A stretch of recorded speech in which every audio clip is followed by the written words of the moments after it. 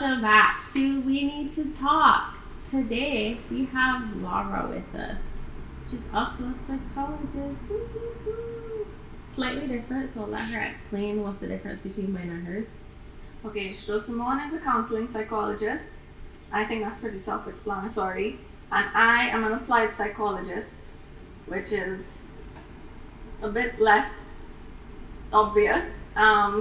Basically, applied psychologists do research and they apply the findings into the real world. So we can actually be a part of many different fields. And for me, right now, I have found myself in education once again. Love that for you. So who are you? Who is Laura? What do you do? Well, I'm not like psychologist. I'm a teacher. I teach typical kids and I also teach special needs kids. And my focus right now is on reading and fine motor skills. So I teach at a school. I also have my own private classes, I guess. And I also do a little marketing for an agency in Trinidad. Yeah. Okay. You want to lay any self-promotion there? Promotion. Any? Self-promotion. Oh, right. So my private business is called Laudable Learning. You can find me at Laudable Learning on Instagram. And I mostly do fine motor skills and reading there. So yeah. Okay. So y'all can find her, follow her. She does something slightly different to me, so you can follow us both. You don't have to choose one. Let's be for real. Anyways. So today we're talking about pet peeves. Things we were trying not to label it things that we hate. But Things that we hate. Things that we hate about our work field. Yeah, let's label it that way. Yeah. We can start. Well, I can start. Oh, okay. Well, the biggest one then for me would be practitioners engaging in what I would call malpractice or poor ethics. Yeah. So I can relate it to my actual work. So I work with a lot of kids with special needs. And they all go to therapy. Well, most of them go to therapy. The ones whose parents have acknowledged that they need help, they go to therapy, right? And I was working with this one particular child who is autistic. He's severely autistic, as in he's quite low functioning. And he's been going to the same therapist for, I don't know, probably a little more than 10 years now. And he continues to go to this therapist, and there's no improvement. But the therapist continues to tell the family that he's improving, he has so much potential, whatever. He sees the therapist once a week. I used to see him every day. And the things that the therapist is telling the parents he can do, I'm telling myself, he can't do those things. What are you talking about? You know? So then I raised the question to the therapist, right? Trying to give her the benefit of the doubt, be respectful, whatever. And she never responds to me. Instead, she goes to my principal and sends the principal a video of the boy participating in an activity, which I can clearly see was rehearsed, right? This was a week later. So from the time I raised the issue to her, a week later is when we got a response, right? And of course, the family, when they saw this video, they were so happy, they were shocked. But it keeps them in this delusional state where they think, oh yeah, my child can probably be a rocket scientist one day. And the truth is, he's not going to be, We work with them and we help them to develop as far as we can.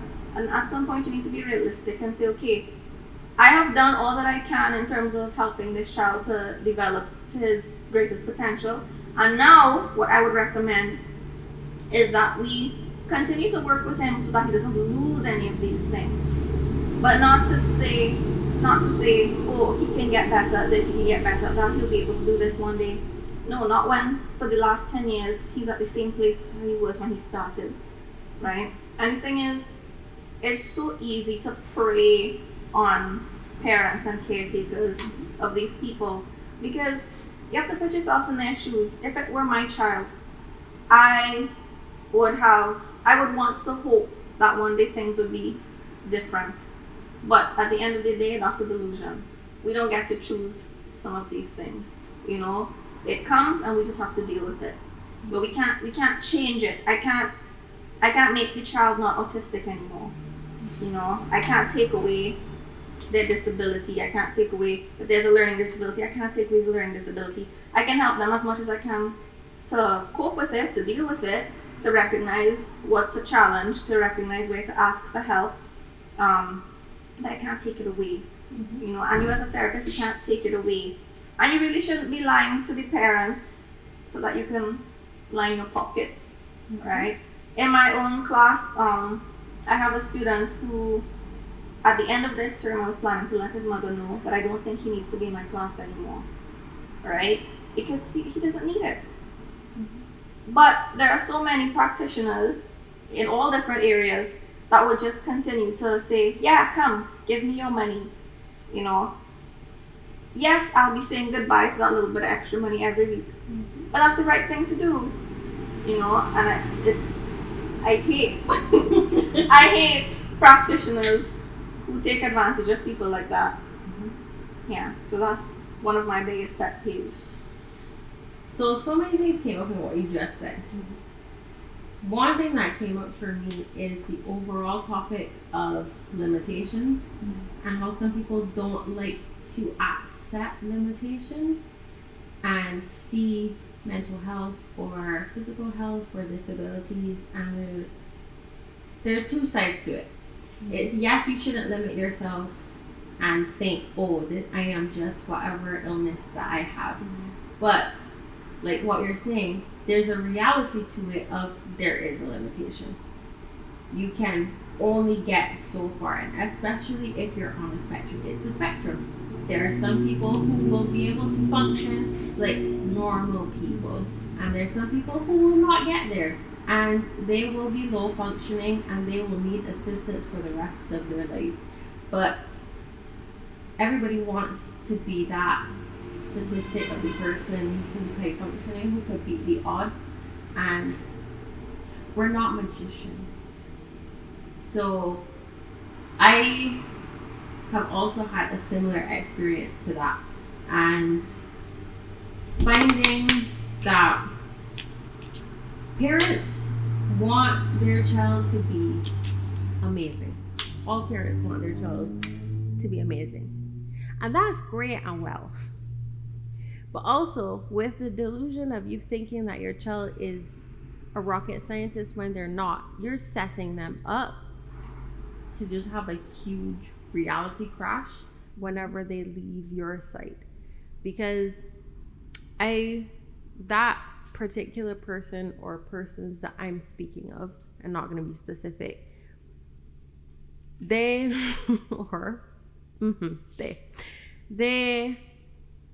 have the child in front of them and they see the child doing certain things because they are there, and they push the child and the child responds to them because that's their safety, that's their thing, and they like to, I would say, micromanage the situation. So then when you're trying to help, it's really hard to be like, no, they can't do that, or no, that's not what's happening. You think that that's what's happening, but you're kind of feeding them words or feeding them lines, and they're just repeating it to you. That's not actually what their capacity is. So they can mimic you, and it would look like if they're doing more than what they're actually doing, and then it makes it seem like if you're a dick because you're just like, that's not what you want it to be. And it feels sucky sometimes. Yeah, it does. But it is what it is. It is what it is. Yeah, that's reality. You know, it's a hard pill to swallow, but I think once you're able to swallow that pill, your child's life will become a lot better.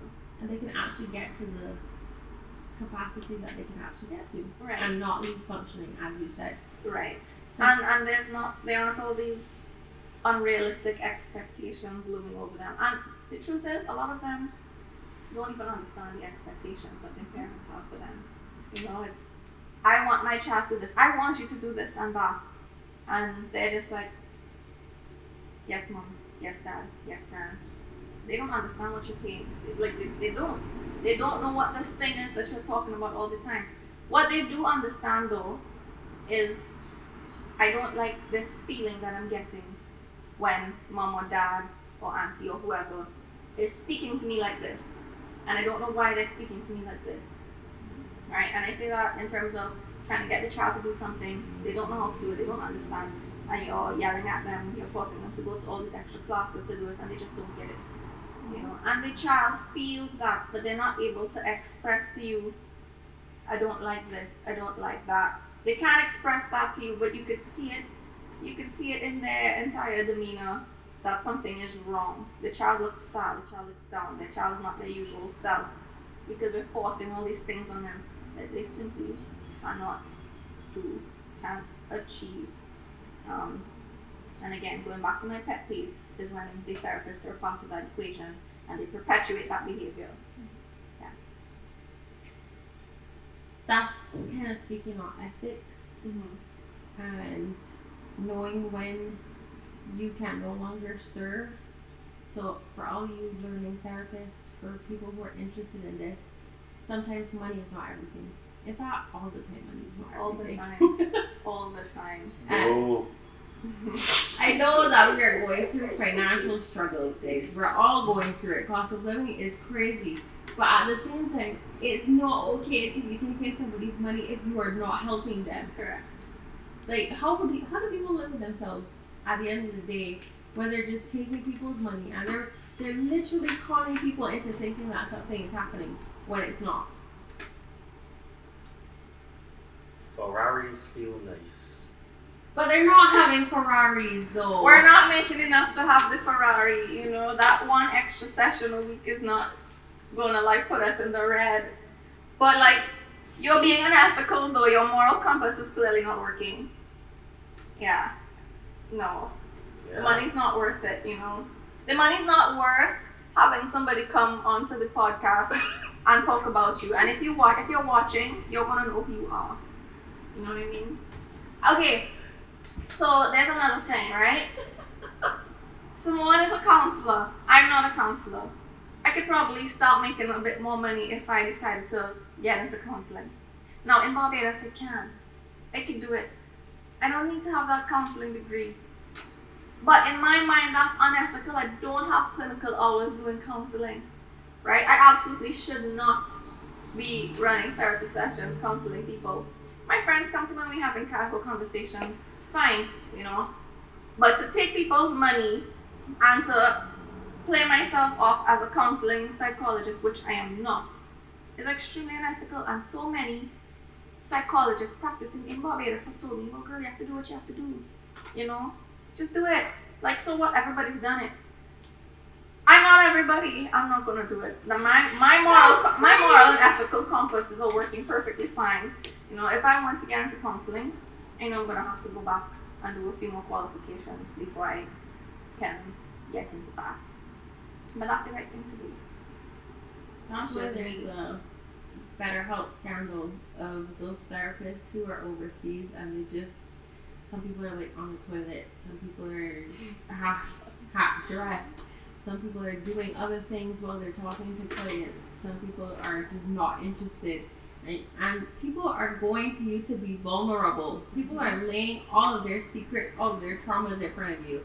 And you know that you're not qualified, or you know that you're faking certain things, and you're just like, well, this is money, so Yeah. I do what I gotta do. I mean, That's not okay. That's crazy. vulnerable people are the easiest ones to take advantage of, I guess. So, but what usually gets me with that, with the ethical stuff, is someone can actually unalike themselves because of that. Yeah. Like, somebody's life is in my hands. And I have to hold that to such a high regard. Like, I have to think about that. That if I say the wrong thing, do the wrong thing, that it can hurt somebody so bad. Especially since I'm an authority in the field. Like, authority in the sense of I know more than the person coming to me. Yeah. They're coming to me because I know the topic. Just to be clear. That you're looking at them and I just say, you kind of suck. Do I wish I could tell people that they suck sometimes? Yes. But I don't do it. Because that would not be great. They would just kind of fall apart. Oh, I have a pet peeve. So,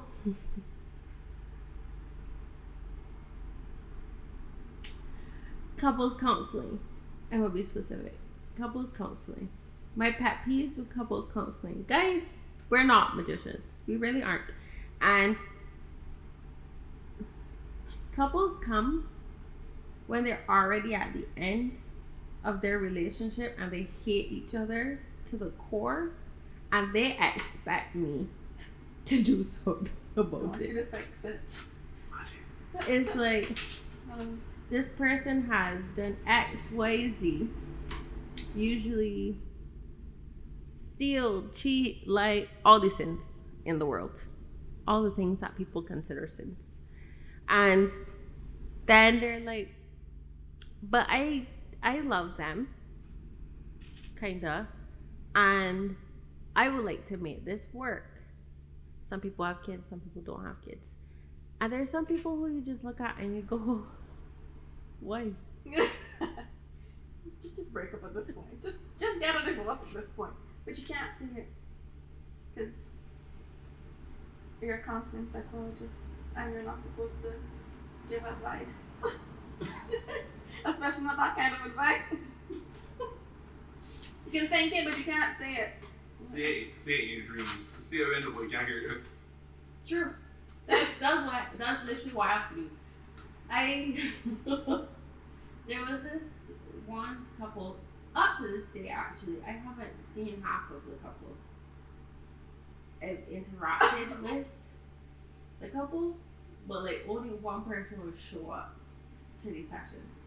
And that person would just vent about all the crazy things that the other person was doing. And I would just sit there and go,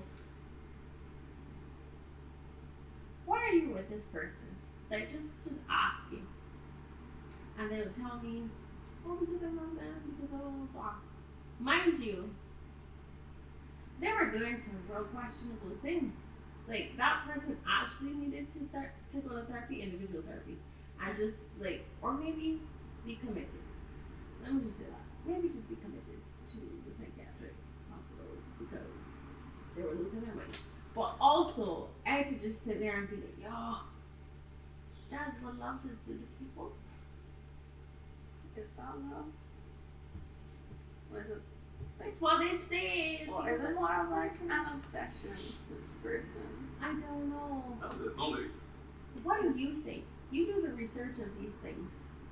Like, have you encountered research where they're like, yeah, for sure, there's a correlation between. I've not done research necessarily with regards to that, yeah, not on couples, but just in talking to people and observing things, even people close to me, there is something that I would say maybe we need a little bit of no, but therapy for sure, individual therapy, because it's like you said, why are you with this person? All the things you have described, those are not things that somebody who loves you will do to you. Right? Absolutely not. So there needs to come a point where you accept the reality that this person, for whatever reason, is using you. They can all these things you're saying, all these good things you're saying. When I'm hearing it, I'm hearing manipulation. This is manipulation. That's gaslighting, right? And in the moment when you're hearing it, you're not seeing it like that, you're not hearing it like that, and you are making excuses for this person when you yourself have not done anything to hurt this person. They have done the world of horrors to you, and for some reason you're defending them. You're making excuses for their behavior, and their behavior is inexcusable. So I would say there is something inside of you that you need to work on to be a stronger person then, and to realize that you deserve better than that. Whoever you are, man, woman, doesn't matter. You deserve better than that. If your partners treat you like shit, yeah, you deserve better than that. So. But how do we tell that we're being treated like shit? That's all we've known our entire lives. Well, that's when we're going to therapy. We see our parents, and all they do is argue, and mom treats like dad like shit, or dad treats mom like shit, or both people treat everybody like shit. Yeah. And it's just a back and forth. So when we get into relationships, we think, oh, this is what it's supposed to be like, and then when you're confronted with healthy, you think, no, there's something wrong with you. You're so boring. You're There's so some chaos. Yeah. So then the self-sabotaging happens. The boys are looking at each other, and you know what that look was that they just shared. Boys, I look like camera. Right. Of course you are. I like how we do nothing for the entire episode. Boys, audience. Have y'all encountered girls that y'all would think have a few screws loose? I'm starting with y'all because I'm sure that we can yap on about. Jared just took off his headphones, was ready to pull out.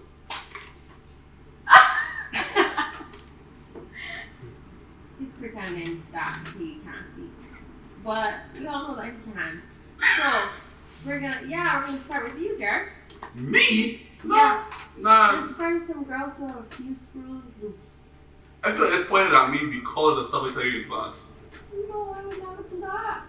I would never do that. That's not me. That's against my code of ethics.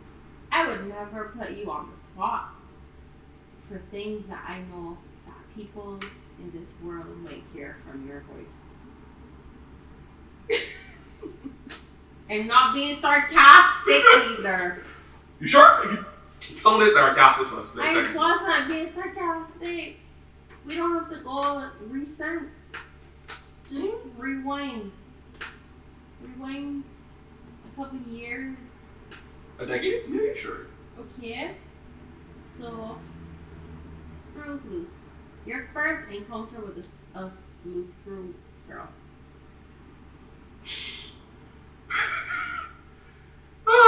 Girl came to me. A dude was chilling. I was like, if you ever cheat on me, they can stab you up. I'll close up with your knife, out there for out of nowhere. Wow. I'll rest it on my chest. Wow. Hold on. I said a few screws loose. That is not a few screws loose. She needs help. What do you mean? She pulled out a knife. What do you mean? That's not a few screws loose. Not a few screws. Well, clearly, all the screws are gone. It's get worse. It gets so much worse. All Get the worse. screws are gone. Like, okay, saying it would just be a few screws loose. Yeah. Actually pulling out the knife and resting it on your chest, sis, we need to get you a little bit of help there. That was the day I knew that it wasn't ready for crazy girls. I was like, peace. A butcher. Was she like a chef or something? She's got one in the kitchen. Wait, but I don't like, okay. The behavior definitely sounds crazy. I don't like to call people crazy like that. Just because something got them to that point. They didn't just, for most people, they didn't just wake up one day and I know. shit was wild. I They know would have facts. gone through things to get to that point. Yeah. So. Cause. But that's not his fault. No, I know. It's not gonna be my fault. It's the fact, like, yeah. I knew though. Like, I knew Yeah. her two prior exes had cheated on her and things. As a Right. therapist, that's still inexcusable. Yeah. The way you behave because of somebody in the past, no. That's you are the person in the past, and you need to. That's not giving you a free pass to pull out a knife on somebody and be like, No, you definitely not. Definitely not. But I'm just saying I wouldn't want to call her She's not crazy. crazy. Yeah. She's just passionate. She needs some help though. She does need some help. She's passionate, and she wanted to get her point across.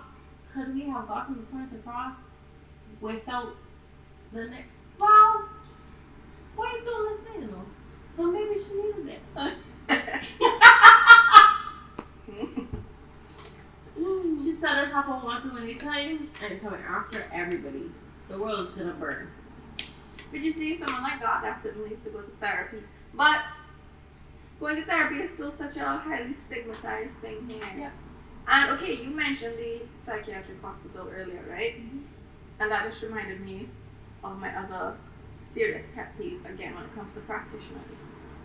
So, I myself went to the psychiatric hospital, the outpatient clinic, because I was looking for an option, a therapist option that was one, free, but also somebody I didn't know.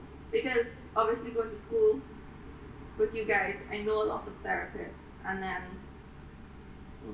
I don't know. I also just decided I needed help right now, so let me go.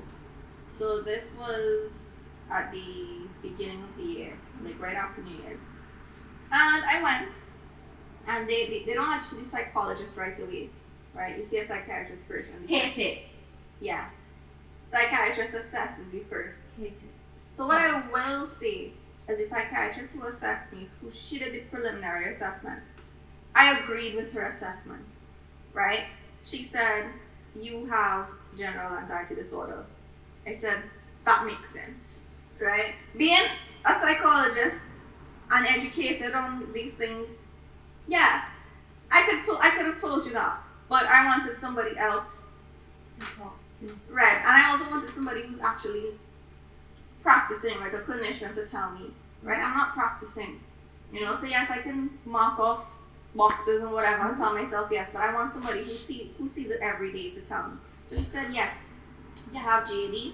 She said you also have a few symptoms of depression, but not enough for me to diagnose you with depression necessarily. She said, okay, so I'm going to put in an appointment for you to see the psychologist and to see the other doctor. No, the other doctor was another psychiatrist. Took super long for me to get my appointment. Went in, waited almost, I can't remember how many hours, like maybe 3 hours. I went there so early. Waited 3 hours in a freezing cold room. Like when I say freezing, like freezing. Like to the point where so many people just went outside and came back in. Right? Then to see the psychiatrist, talk to her for less than 5 minutes, for her to tell me, oh, you probably have bipolar disorder. Then she says, but no, you don't really meet the time criteria. So maybe not bipolar disorder. And then she says, but you probably have some unspecified mood disorder. And then she's like, how we treat this is by giving mood stabilizers. This is her now not knowing my educational background. So I know she's talking a whole lot of shit. Right? At the end of the day, I feel almost every person that walked into that room with her, she tried on a mood stabilizer. Oh yeah, go put on some kind of pills. And I said, so a lot of people here would come in, not know any better, and then end up taking medication that's going to have serious negative side effects on them. Because mood stabilizers is serious medication. Even for people who need them, it's a heavy thing. It does a lot. Far worse for somebody who does not need them, right? And it's just sad because, again, these people are all vulnerable people. They don't know any better.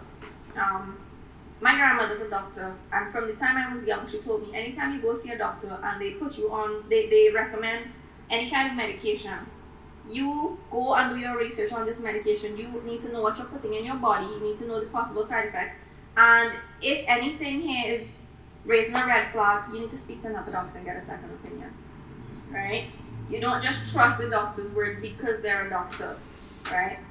But a lot of people don't have somebody to tell them that. A lot of people in the general public, the doctor's word is gold. Mm-hmm. And doctors misdiagnose, and doctors give wrong treatments. Doctors make mistakes.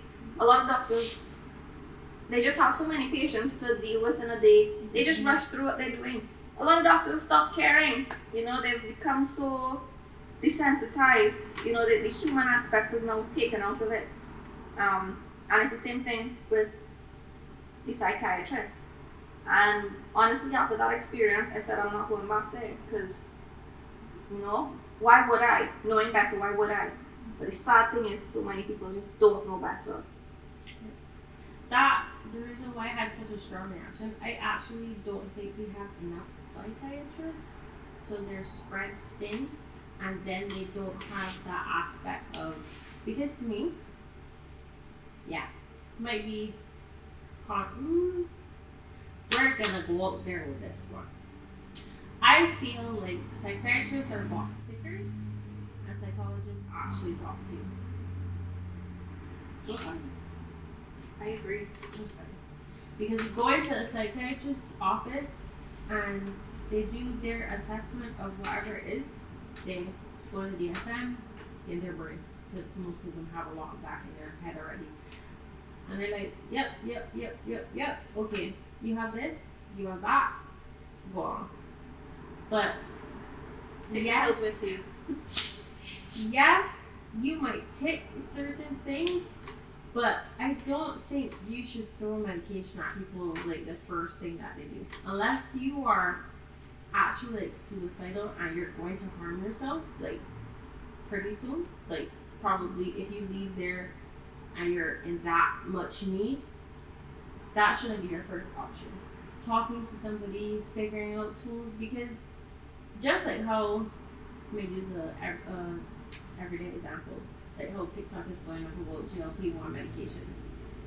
Those are okay, right? But you still need to learn other things. You need to learn how to eat properly, you still need to learn how to exercise. It's the same thing with mood stabilizers, antidepressants, antipsychotics, other things. Like you need those if you need it. Like if you actually have a chemical imbalance, you need those things. No problem with that. However, you still also need therapy. You need to learn coping tools for when your medication needs adjusting, like when it's not, because even with medication, what a lot of people don't know is that when you start antidepressant, it takes like 4 to 6 weeks to actually work, to kick in, and that's if you stay on the same dosage. You have to find your dosage, the dosage that works with you, your body, your blood stream stuff, like all the medical things. You might have negative side effects with one medication, so they're going to have to switch you to another. You might have to go up a dose or down a dose based on the symptoms that you're having. So it takes a while to figure out. And seeing as that's not an immediate cure for things, you still need to know how to handle yourself on a day-to-day basis so that you don't crash out. But they don't say that all the time. Not everyone tells you that. And especially when you go into the hospital, so QEH, I'm going to talk about QEH because I don't have that much knowledge on the psychiatric hospital. But you go into QEH, the first thing they do is put you on medication. And you don't, or at least in my knowledge, you don't really speak to a counseling psychologist or any sort of therapist unless you've come, like, I know sometimes they see behavioral therapists or occupational therapists sometimes, but that's like, in my opinion, those are not like when you first go. So you're only seeing a psychiatrist and then you're kept in there all day talking to nobody except for the patients that are around you. That in itself can be quite an experience. So then, and in QEH, you're not just with people with the same disorder as you. You're in there with all sorts of things that are happening.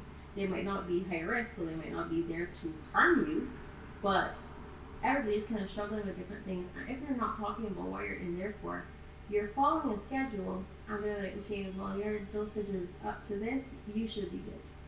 And then they check on you. Like, and also to speak on the nurses, this is part of my pet peeve.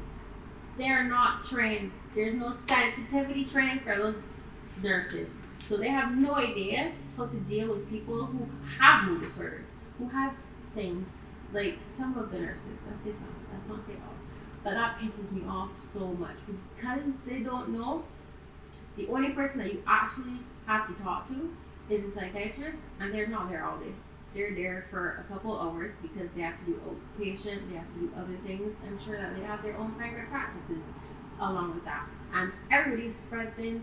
You basically don't get the help that you need. People leave before their time because they're just like, well, you're not really doing anything for me. I'm just sitting in here every day waiting for medication to fix things, and I'm not actually talking about my problems. And then when you leave, guess what? You come back because you still want to hurt yourself.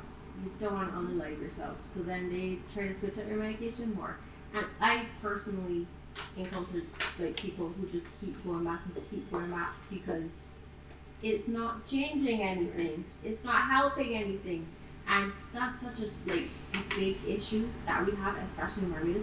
And let's not talk about the rest of the Caribbean, because Barbados might be bad, but a lot of Caribbean islands do not have psychologists at all, or psychiatrists at all, and they have to come to us through like online work to talk about things. So they'll have like maybe one or two like spread across the Caribbean that will deal with other Caribbean islands, and it's just like, that's insanity. That's actual insanity. That's crazy. That's very nice. That should not be a thing. Yeah, I just went on a rant. Sorry, not sorry, because that pissed me off. No, you're absolutely right. And going back to that point about the nurses, we know the nurses are overworked. Yep. There are not enough nurses. The hospitals don't have enough nurses for the number of patients. And yes, I can understand it gets frustrating as a nurse. You're working more hours than you should be. You have to deal with all kinds of different personalities. You have to be around all kinds of different people, all kinds of different illnesses. And yeah, at some point you might run out of patients.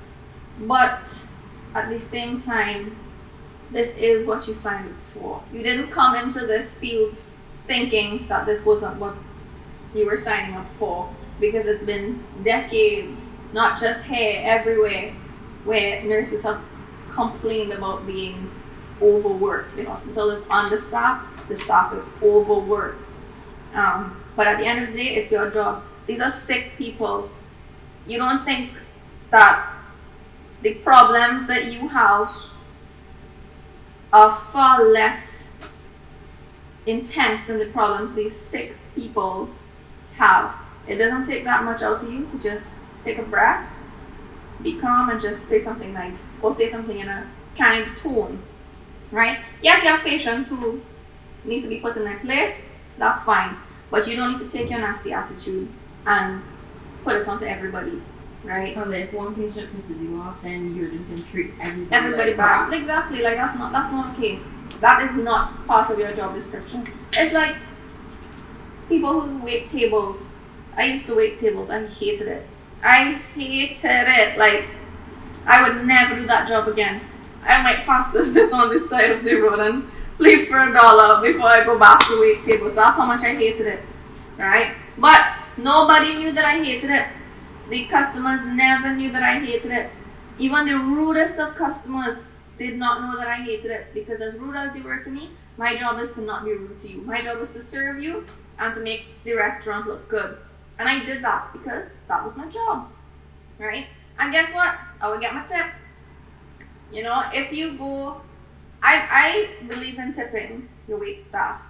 I try my best to tip the best that I can afford, right? And I'm not stingy with my tips, because you're not working the job because you want to work it. Nobody's waiting tables because that's their dream career. You know what I mean? You're waiting tables because you have to. And I know it's not an easy job. But you see, if I come to the restaurant and your service is shit, and you treat me like shit at my table, you have an attitude, whatever, you're not getting a tip. You will benefit from the service charge, but you're not getting a direct tip from me, right? Just because, in my opinion, you didn't do your job. You know, and I view it a similar way when you're in a hospital. I mean, yeah, we don't tip nurses and doctors like that. But at the end of the day, my point is, it's your job.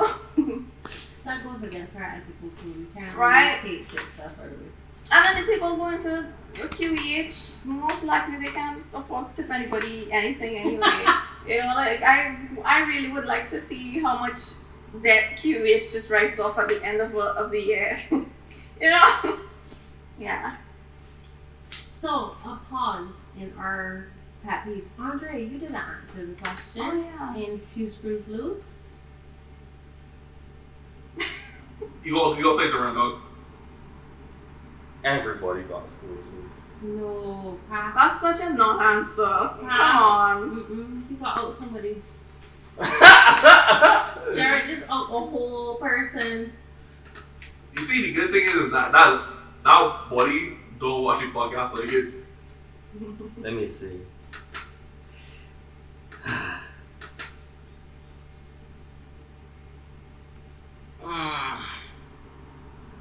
Screws loose. I have been threatened, like everybody else. Threatened in a way that is more so. I going to find you peoples and poison them, sort of threaten. And I was like, At this point, who are the people that y'all like? no, there's people that like What that. is your taste?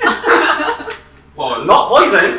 Clearly. I don't like the taste of poison. Been avoided it all of my life, but like not to get. Not to be a victim blamer, but like at this point, who are the girls that y'all are talking to? But that's the thing. You don't set up to go and talk to some of these Very people. true. Some people just come there and say, alright, blah blah blah, and then eventually you just find out, Psycho. crazy, like legitimately crazy, and you just try to stem it off, but then you realize that them stalking you or them just sort of people that would, like, y'all watch 2.5 Men. Mm-hmm. Yeah, remember what she name is? I know what you mean, but hear me. Rose? Yeah, like sort of people that say it was super glue you testicles to you tie. You don't know that at first. Yeah, You don't know that at first. You And everything is in peachy dory until I feel like we all do this when we like someone, especially if we like them a lot. We just, the red flag is there and we just do this. No. Like, I feel like we miss the red flags. Okay, so. They start off as little red flags and then they become huge red flags. Nah, I told somebody what I've realized, and this is from me personally. People that know they have red flags got a habit of, I can hide all of these, and I can present to you what I know you want. And this is not coming to say recent that you know about. A person did not present a single red flag up until I started talking about one of my hobbies, and they instantly started dismissing it, and for me, it's automatically a red flag. And I was like, That's the first hidden one appeared. Right. And the minute the first hidden You're one. gonna have to cut this. nah. No! Because. We don't say. Do you want to know why I don't have to cut this? Because of 3 reasons. One, it's not happened once, you know. It's happened many times. So if all the people that do it come forward and be like, you talking about me? If the cap fit, let him wear it. But in reality, like, when the first flag pop up is when all the rest start cascading out, because when one gets out, the rest will just tend to flow. I think our mistake is when we notice that first red flag, we just say, well, let's just see. And then the second one comes, well, let's just see. And then Nah. it's like a shitstorm.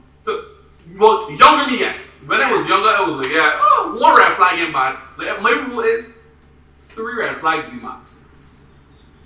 If you go past 3, they're not letting it slide. They know where that I could possibly go forward without some degree of resentment. Let me just play. One red flag, you know what? Everybody not perfect. I was about to say that, like, we all have red flags, huh? We all do. I think it's like this specific red flags you have to look out for. So, like, for example, if you have a partner who suddenly one day is trying to control like how you dress, you know, then that is a big red flag. That's not a little red flag. That's not something you can let slide. That is a red flag for you. That's a red, no, because what that's telling me is, okay, you're trying to control this aspect of my life. So, what else are you going to try to control? Because you were doing this before. But how I just look at red flags is that red flags are specific to people.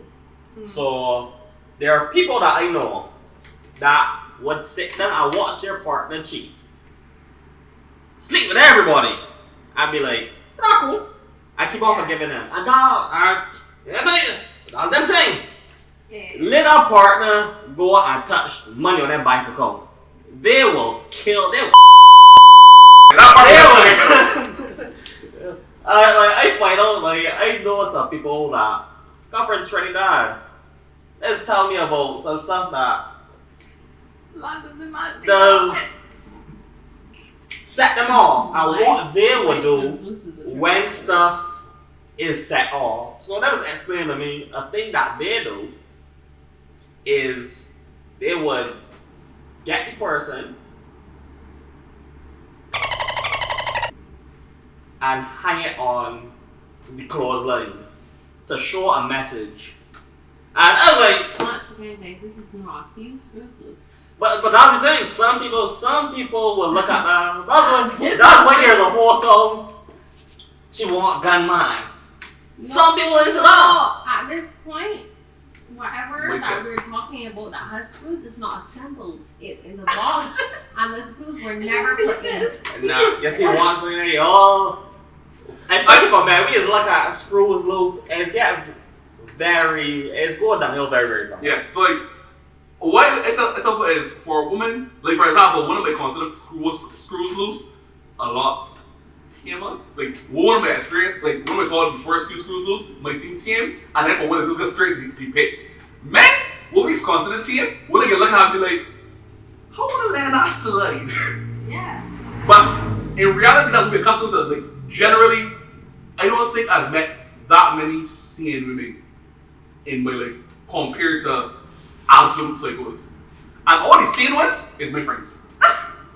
Kid you not. It is scary. Technically, right now, sanity is a spectrum. Sanity is just like, oh, you're saying? Wow, that's interesting. Weak? And everything. Like, I can give you a real good example. This part is literally going to be dolphin noises. I feel like that one is screws loose. That one is. That is not a little bit of screws loose. That is absolute insanity. I mean, that one feels less than I would cut off your skin. And hang it for people That's to my see. people. That was. When you just hear those stories, is that That's what you why gonna do? you need to be committed. Why did this even cross your mind? Why was this a thought that you had? But once again, everybody got different versions of a red flag, and when you're looking at somebody through rose-colored glasses, red flags is just about like Yeah. everything. It just Yeah. look normal. It just look like a flag. Yeah. So you don't know. You're looking at somebody that's perfect. You're looking at somebody with love and or lust or anything that just tickling your fantasy. So the stuff that they do is that you like I said, some people don't mind certain things that we will mostly consider bad, but that's just how they grow up. That's their culture. That's whatever. But then it got stuff that they was then see as red. It got people that small little pet peeves more as a red flag for them than actual what we would consider bad stuff. Like, oh, you leave the curtain open. Oh, but you just poison my grandmother. Can we? Wait a minute. Can we? But no, like, Reel it back. alright, but you get the point. Like, I red did not say flags that that's a true story. Guys, reel it back. No, the yeah. point is, like, red flags are objective. So, like, again, Reel it back. Reel let me it go back to the original reel point. It back, reel it back. in my head, true red flags be max. And that's for me personally. Like, for example, if somebody try to control my clothing, like we were saying earlier, yeah, I can just be like, shovel it, you know. Yeah. Well, that's if. Okay, so I would address it first. I try to address things as they happen. So something like that, I've not had that experience, but if that were to ever happen, I would address it. Be like, who do you think you are? Right? I didn't come out of you. Okay, you're not my mommy, you're not my daddy. You cannot tell me how to dress. I'm a grown adult woman. I will dress how I want to dress. I don't tell you what to wear. I don't tell you what to do. So you can't think that you could come and tell me anything. And if that becomes a problem, that's another red flag. If me telling you can't tell me how to dress, or you can't tell me that I could go here and I could go there, and that's a problem for you, that's another red flag. But that red flag is a different kind of red flag. That could be red flag number 2, and that could be the red flag that says, all right, time for me to exit. pass out of here. Yeah. Right. Yeah. Like, I said, for me, for example, the last situation that I saw the red flag jumping, first one, not liking hobbies, a big one, because for me, my hobbies also pass as work, and then there's only one hobby that actually brings me enjoyment that I don't get to do a lot, which is gaming. So when I start, and because of the situation I grew up in coming up as well, gaming is not only a relaxer, it's also a point of contention within the household, because I used to get told all to do with gaming when I was younger. So, gaming, the minute you, all you do is game, man. All I do in my current life is work 24/7. I play games probably less than 1% right now of my given time. So with that particular person, they were like, "Oh, all you do is game." I was just like, I see where this going. Yeah. And no sooner than they made that comment, I had bought something for my Nintendo Switch, and they were like, "All you do is spend money on things for games?" And I was like, Alright, let number three landed within a day. Because they wanted me to do something. They wanted me to go somewhere. I'm generally a person that don't like going out either. Generally introverted to some degree. And I don't like meeting the people randomly. Like, I got build up to meet the people. I'll be on the road, and then they're like, "Oh, we just can't collect food, and then we can like more about it." It's easy. And then their friend called them and was like, "Oh, yeah, we already at the spot." People coming? "Oh yeah, that's one day instead of working." I was like, you could tell me that people was canceled, that I at least like mentally psyched up to meet people. And to me, that's a respect thing. Especially if I know that you are that kind of person, you're introverted, you get a little bit of social anxiety around meeting new people and being in those kinds of social situations, why would I throw you head first into one of those situations? Right? Why would I not ease you into it? Because I don't respect you. Right? That's the only thing I could think of. And you might look at it, that person may look at it as, "No, I wasn't trying to disrespect you, whatever." But the fact that you just didn't consider it, and this is something important to me, this is something very important to me, and you didn't consider it, that shows me that you don't respect me. Exactly. So, hold up.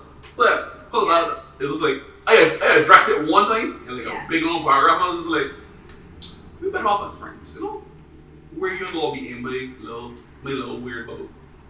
It's called out there. Another pet peeve is, I just had it in my head. Competition therapists, psychologists, psychiatrists, the ones that like to gatekeep, quote unquote, so that other people can't do what they're doing. Simon. So I feel like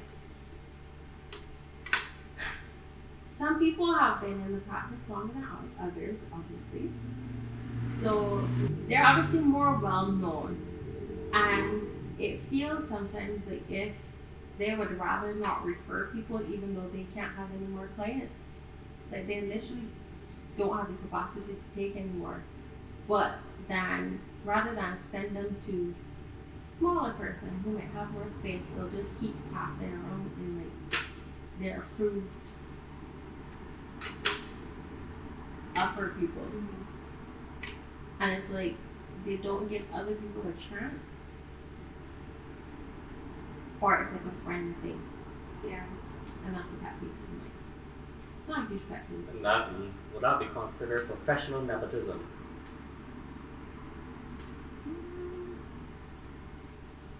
I just called the phrase. I don't know if I would call it that though. Yes, in terms of if they're doing the friend thing, sure, but It's like when you think of the royal family, just keeping it in the bloodline. It's kind of like, that's kind of what it is. just keeping it within this small circle of professionals, but then you're not really giving the younger ones who will replace you eventually, by the way, you're not giving them a chance, or you are giving them less chances then to build on their skills. You know, it's, I don't know. Because then there's the general population who will be like, oh, I didn't know that this set of people existed. Yeah. Because I reached out to X, Y, and Z, and I tried to call them or tried to contact them, didn't get through. I tried to go to the hospital, that was too long of a wait or whatever. And it's just like, but there's so many people that you could have gone to whose rates could even be cheaper than the people that you were trying to reach out to, because to be honest, the longer that you're in the game, the more you can charge people. So usually the people who are now starting out might charge less. And I know that it's rocky with some people who don't want to give them a chance because they're like, oh, I don't want to go to a newbie person, which is another pet peeve of, we just came out of school, yes, but we also have to do internships before we actually talk to people that you have to go and to. that goes all the way back to the point that I made a while back, which is that a lot of people seem to think it's okay to just start that kind of a practice without having done those internship hours. Like, Then that's not okay. Because then, in my mind, I'm like, okay, but are you really qualified for this? You know?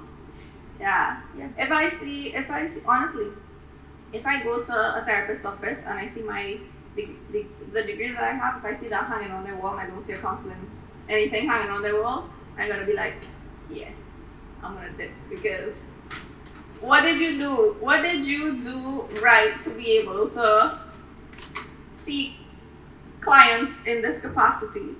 You know what I mean? Because I know I didn't do anything to be able to see them in this capacity. And you and I, from what I can see here, have the same qualifications. And I know I should not be counseling anybody.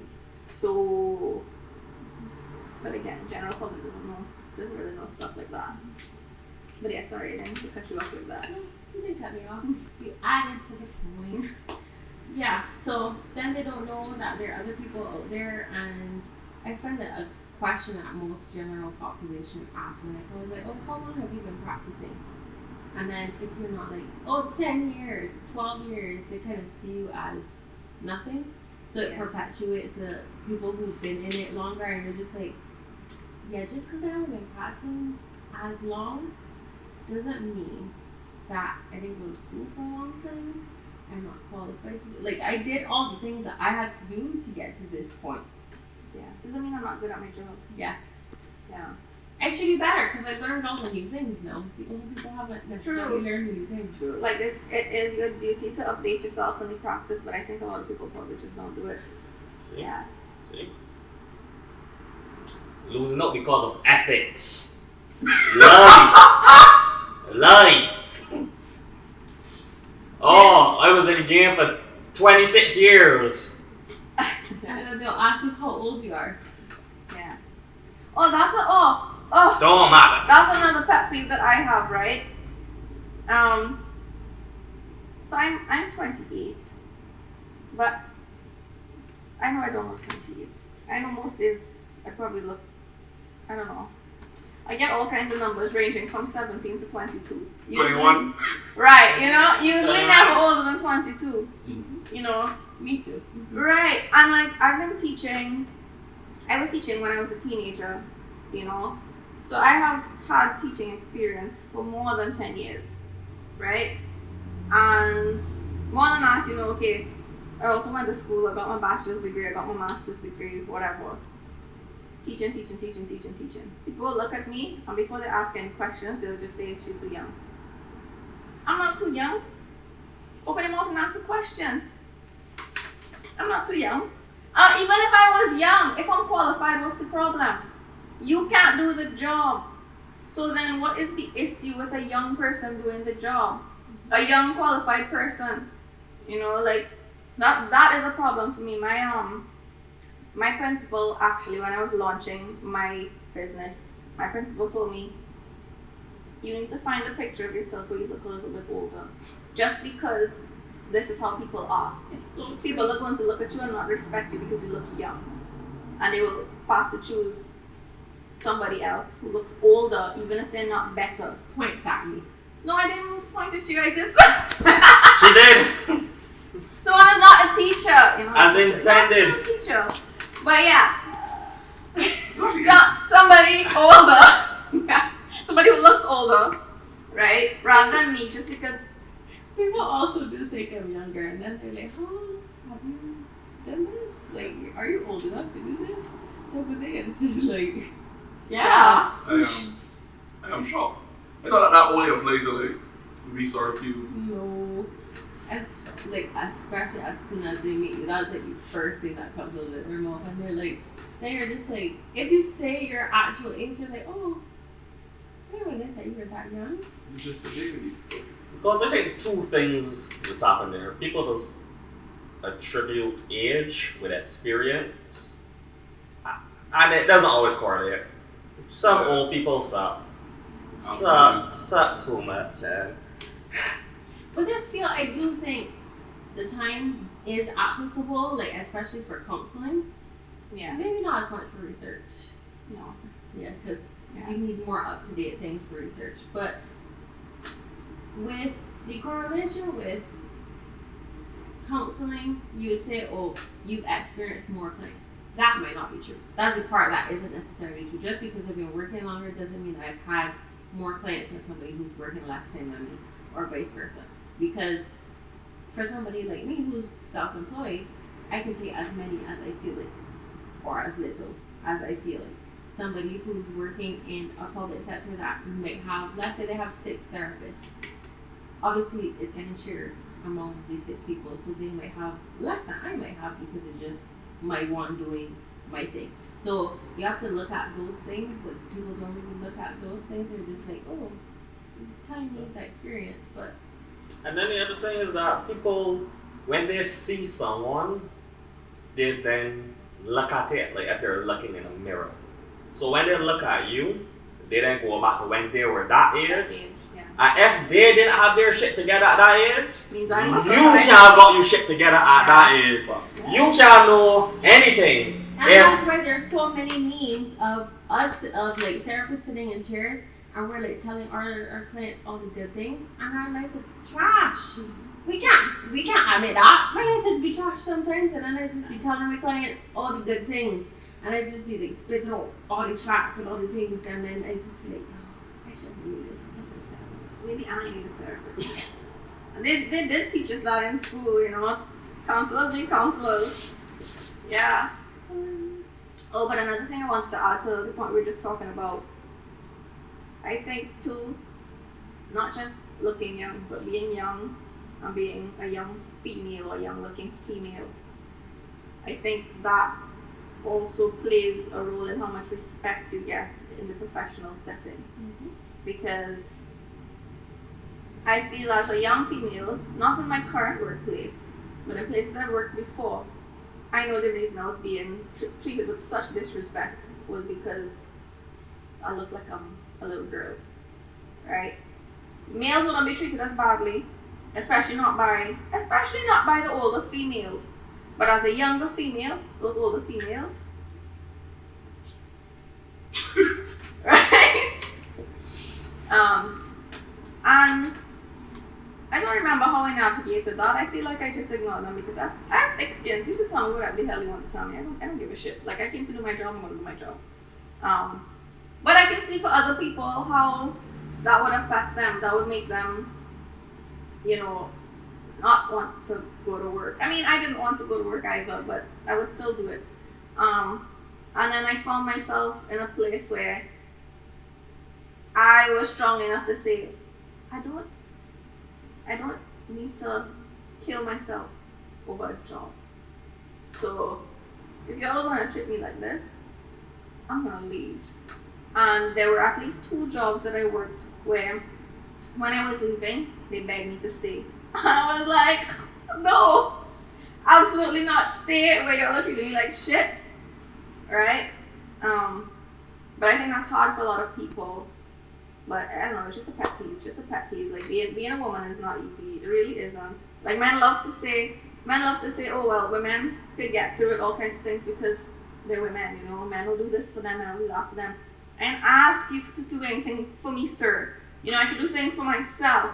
I'm not like, that's not a privilege to me. You know, a privilege to me would be, and it shouldn't even be a privilege. It should just be a right. I should just go to work and be treated with the same amount of respect as whoever else. You know, that's a big pet peeve for me, and I know that's a problem that women have been facing since. But like you said, who does treat women the worst? Usually, from my standpoint, Other women. it is women. Yeah, It is other always women. women. It is never the For sure. like the men could be like a little perverse or. Sure. But at the end of the day, a man like to usually just say something as it is, and like come off a little insensitive, and just go on about their business. If you like it, you can like your Olympic sort of attitude. Women Yeah. does destroy you. Like, Women does take your soul, and like you say, I just see because with men, when they try to do it with men, sometimes just be working out for the men feel because they may actually have some sort of attraction, so it could work out. But when they're doing it to women, they are cruel to women. So you know how they got the general consensus like, oh, fear men, right? I absolutely fear women because I have worked enough that to watch a woman plot another woman's demise from the day she start a job until the day she either get fired or she resign. I just be watching these things and be like, how you gonna wake up one day and be like, I am going to torment this woman every single hour of her working day. I know women that just do that just because you think that we just objectify women. A woman will sit there and say, that woman younger and prettier than me, She go. she has to leave. Yeah. And then I just watch this as a man and be like, that. I have an example. Okay, so the school that I'm at, right? This is not among staff. This is a parent. So apparently, my first week there, we had taken the kids to the beach because apparently the end of the academic year before they weren't able to do it. So they did it in the first week of the first school term. We took the kids to the beach. So obviously we're at school. This is still school. You know, I'm not like out with my friends on the beach being sexy, whatever. You know? So most of the female teachers wore a whole piece and a pair of shorts. That's what I wore too. Right? The school got, I don't know if I'm supposed to know this story or not. I can't remember. More than one person told me the story though. So apparently the school got a call from a parent saying that I should not be there. It's disrespectful because I am a bad influence on the boys, on the teenage boys at the school, right? And obviously the school, they didn't take that on. They just, I don't know what they told the parent, but obviously the parent didn't get their way, you know, because the parent was just being an old bitter woman. No, at the end of the day, I know for a fact, it was not a father who called, it was definitely a mother. It was definitely a mother. And for what reason? You don't know me. I was not dressed differently to any of the teachers there. Don't matter. Right? But you see somebody young and pretty, or who you perceive to be young and pretty, and that's an issue for you. And you have to try and make my life miserable. A complete stranger. Right? I'm like, and one of the other teachers told me, yeah, Laura, it's because you're young and you're young and you're pretty and they're just jealous. I'm like, okay, well. Women in the workplace, I don't know. Women that never worked in workplaces like those and just watch pictures, just assume that it'd be, I don't get a promotion because of a man. Sometimes in rare 80% of the times, it is a woman pulling down another woman. And every time you watch it, it's like, oh damn, it is so disgusting. Yeah. It is one of the most disgusting things that women get away with it because no boy does ever talk about this. Women with power. Women got to do better. And it's something that people don't talk about because once again, it is atypical to assume that men must keep women down, and that is fine. They screw the patriarchy, I guess.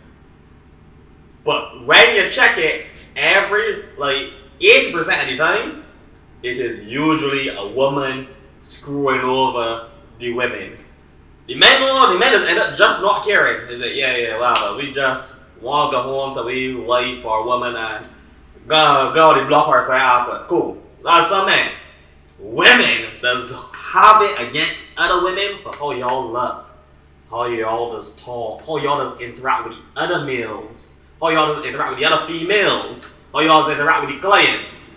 Y'all could do, and the woman just look at it, oh wait, she just do this. I don't like that because she looking at you as a reflection of herself, and she don't get through, so you can't get through either. But it speaks to like a deeper problem in that whole hierarchy, right? Because, okay, if this person is so problematic, why are they still working here? You as the person now with the power, okay, you are the person with the power to promote, and you have this person working under you to help you decide whether or not to promote this person, right? If I now am the woman who's trying to bring you down, so I'm coming to our boss and saying all these things about you. You as the boss not going to say, okay, well, we need to open an investigation. You don't want to do your due diligence. Sometimes not. And that's a problem. I know, but no, I just feel like I've seen it with like a lot of male business owners. When you've trusted somebody long enough, I make an example here on the spot now. I know Dre my entire life. If Dre can't be tomorrow telling me, yo, man, someone I just use that example, man, someone to do the work, someone to say no here, dawdling all day. I am very inclined to believe Andre. I will not automatically go and be like, let me go and say someone really doing the work. I just believe Andre and like take it at face value, and when someone name pop up from another manager saying that in the promotion, back to letting know Andre said otherwise. It's going to be. That's not right. But no, it's not about it being right. But in a lot of the cases where you got larger companies, you have somebody who's built a level of trust with their immediate manager to a point where their word is almost infallible. Like, if I go to my boss at work and said, yo, I don't want to do X, Y, Z, and I tell the man straight off, well, yeah, I don't feel good. He not feel like lying because it's a known fact at work. When I sick, I still do it.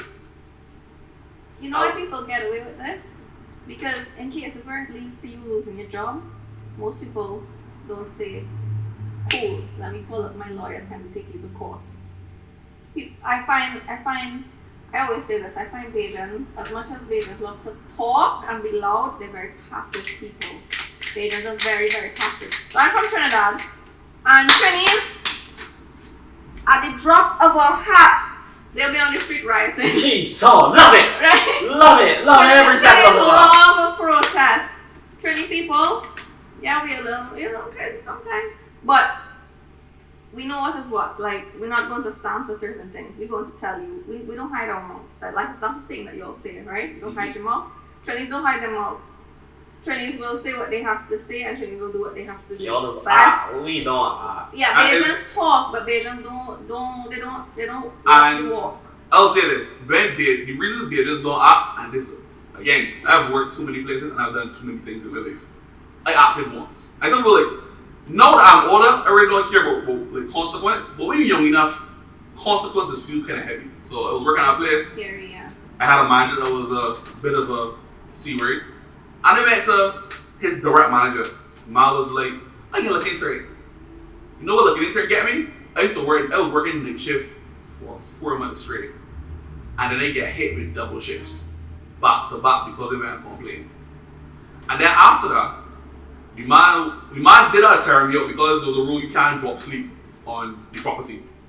So after double shifts, my next following shift was a night shift. So he did a night, then anything he could do. The rain was full. I'll never forget, the rain falling hard. And they said no because you get stuck in one of the verandas or one of the, that would have been one of the rooms like frying. And they watched this man watch the rain to take a picture of me sleeping. So I barely make it, when you hear the click, I see the man in the rain standing, I was just like, cool. And I remember going there, I skipped my direct manager now, I'm going straight to the gym. I was like, listen, I don't really going on here, but he's looking into your security department because a lot of we really struggling with this man. Man said, you know what, you're looking straight for real. And shortly before that, they went to GM, went on vacation to find me.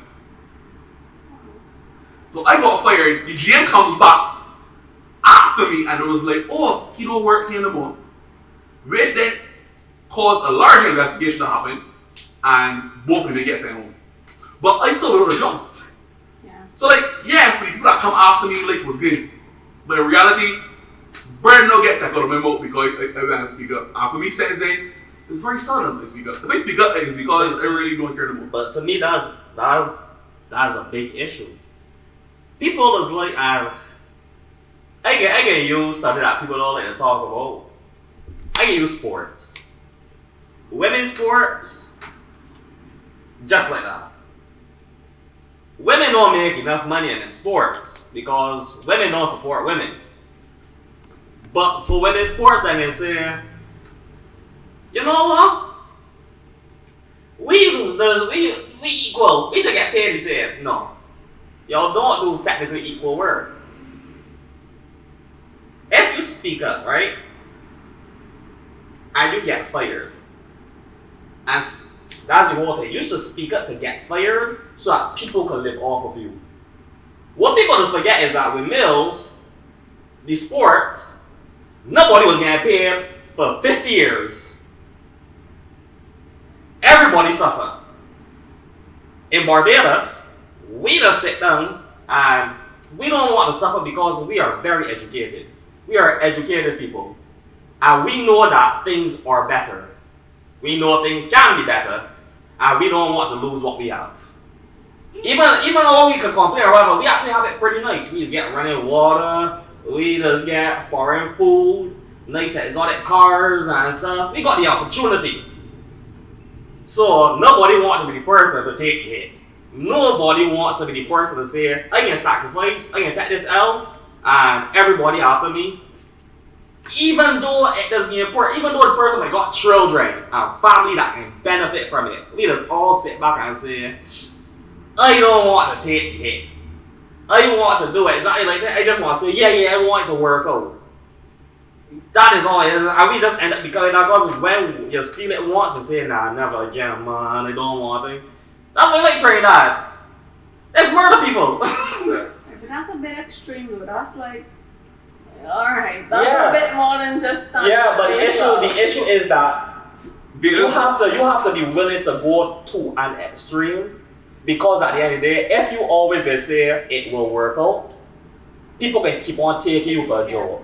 Yeah. Same thing with you always talking about when relationships are red flags. If somebody keep on saying, oh no, he good. Oh no, he do this. Oh no, he perfect, man. He just got a little fault. It was just only one cheat. It was just only one orgy. It was only just one thing. Okay, man, let's give you a chance, but he ain't so bad. At night, sometimes he's rub my back. Okay? Perfect. So on that note, we're going to end with our loose screws. You want to go first? Ooh, all the screws. You want me to go? I can go. I got quite a few loose screws, you know. I mean, I'm from Trinidad, right? Okay. I think my biggest one is I'm a little bit of a control freak, and I know I am. So like, over time, I have found a way to allow myself to step back and allow others to do what they have to do, you know. But I started from the time I was little. I was a control freak. I was very bossy. Everything had to be my way, and to some extent, a lot of the time now, things are still my way. But the thing is, I don't have to fight for it. I don't have to be mean or anything. I just have to say something. And I've gotten myself a reputation where, for the most part, like at least in like my professional setting, I'll say something, and my colleagues will be like, "She's probably right, you know." And it's because I don't say things. I don't just say what the first thing that comes to my mind. I'll think about it. I'll think about it some more. Then I'll think about it again. Then I'll say it. Right? If I don't know something, I'll go and find out about it. I'll go and learn. I'll teach myself. But there are still other areas, especially like in my personal life, where I can just probably ease back some more and let other people take the wheel. I don't need to be in control all the time. I don't need to be bossy all the time. I don't need to have my way all the time. Like that's not reality. That's and it's not fair to other people to be like that. So I have that. That's my main one. Just outed yourself. The guys outed other people, and you were like, I out myself. See, like I'm not like closed up when it comes to stuff like that. Like I don't mind talking about it because in my mind it's like if I can talk about it candidly, maybe it could help somebody identify something that they need to work on.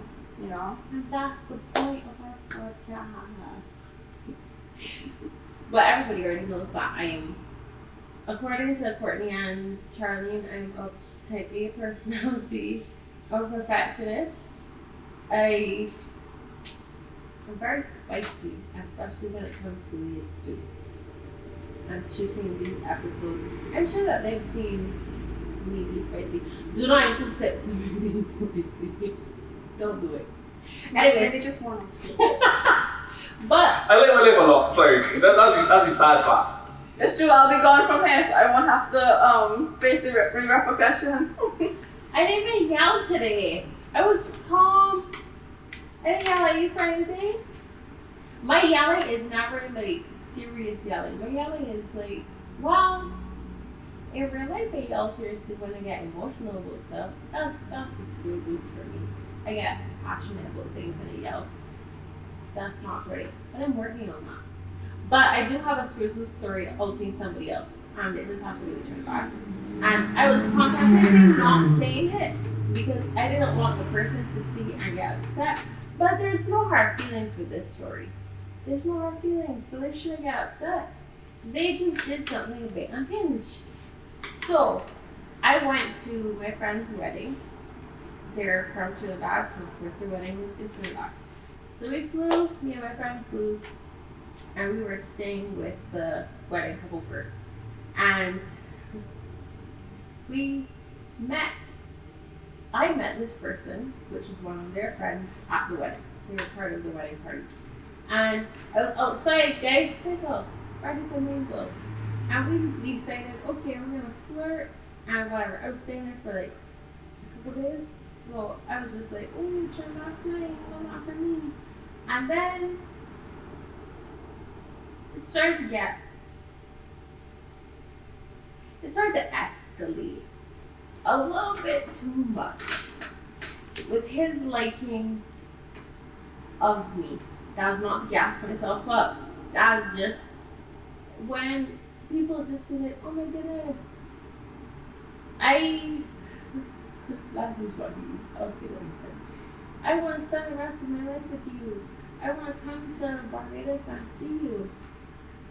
And then it would escalate like that, right? And conversations like that. Like it was flirty. And then he started calling me his queen. And then I was like, well, he used to call me Q.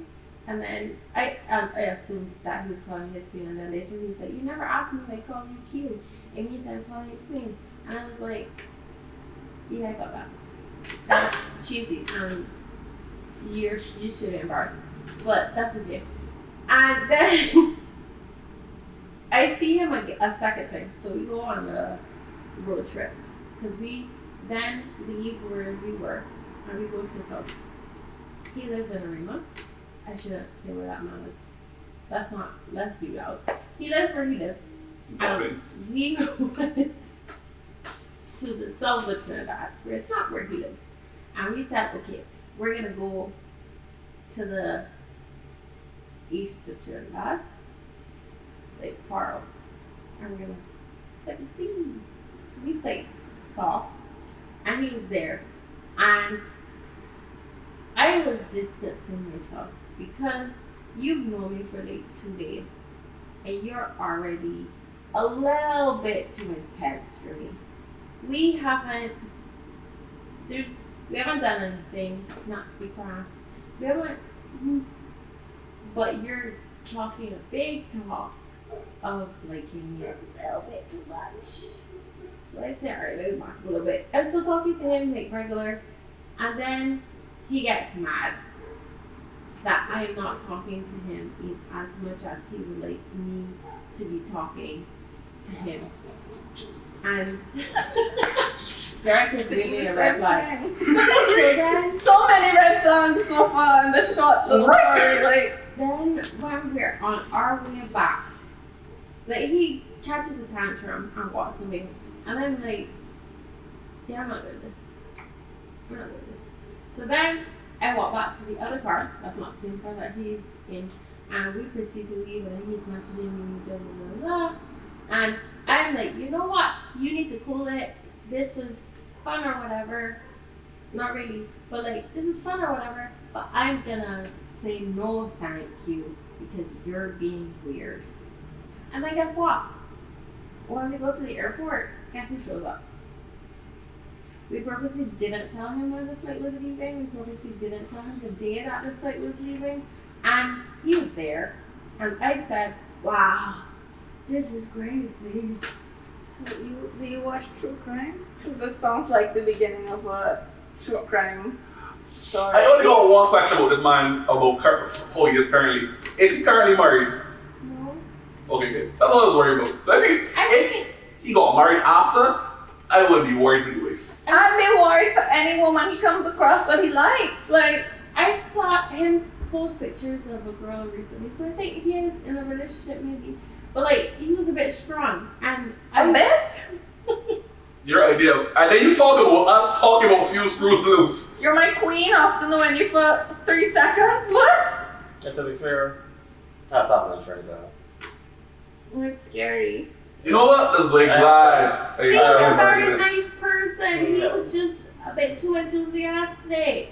My But first. the airport thing was actually traumatizing. I said, why? How did you here? How did you How did you know? How are you here? No, you know what would be funny if he was going to the airport every day. But like, that's crazy. I didn't tell you when I was leaving, and yet here you are.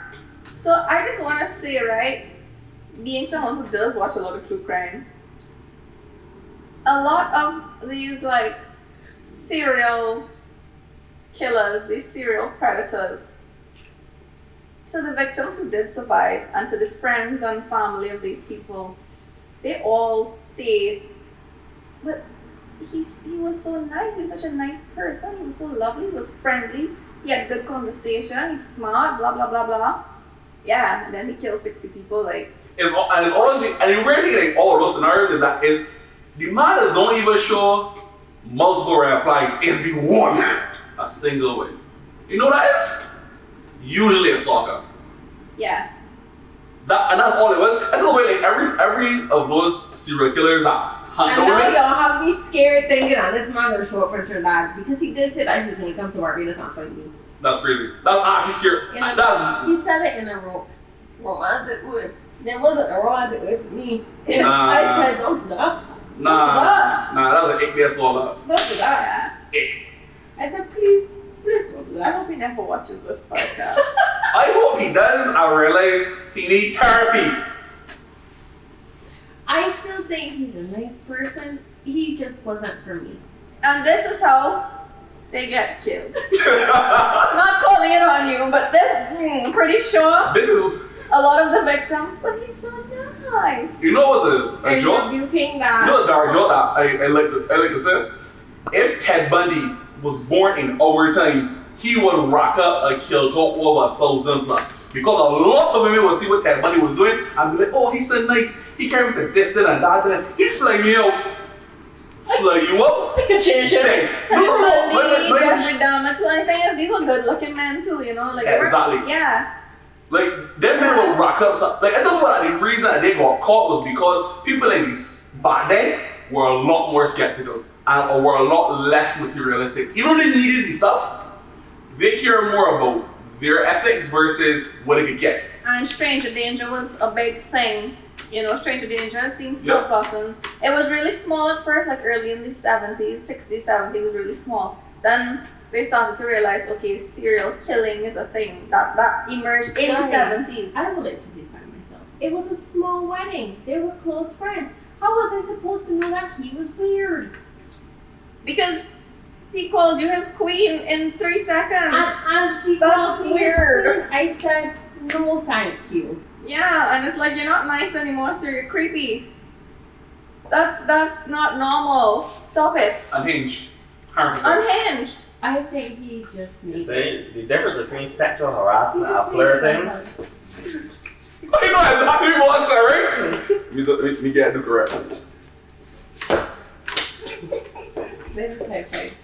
In case we didn't hear it. Oh, we did it. I can't. I'm also being very cautious in case he does see this and does want to murder me. So That would make it so much easier for us to figure out who it is, and then he would end up not I will murdered. be dead. How? I asked a very valid question. If he does somehow find you, who is more liable to him to run into? He actually recently liked a story. You are not as worried as the rest of us, and that is scary. Because I don't. Oh my gosh. Ah, look at me wanting to have fun times. And I just came out with drama. Yup, clearly. Anyways, guys, that was just a fun story. It was a fun story. No hard feelings. Please, you're done. We're good. Everything's good. Trying to save it now. It's just all jokes, guys. All jokes, yeah. So funny. 100%. Thanks so much to Laura for coming on the podcast. Thank you for having me. And remember to follow Laudable learning. Yeah, laudable learning. You're pretty sad. Really? It's gonna get it. So that's what she just took over me. But follow her, and we'll see you next time. Bye.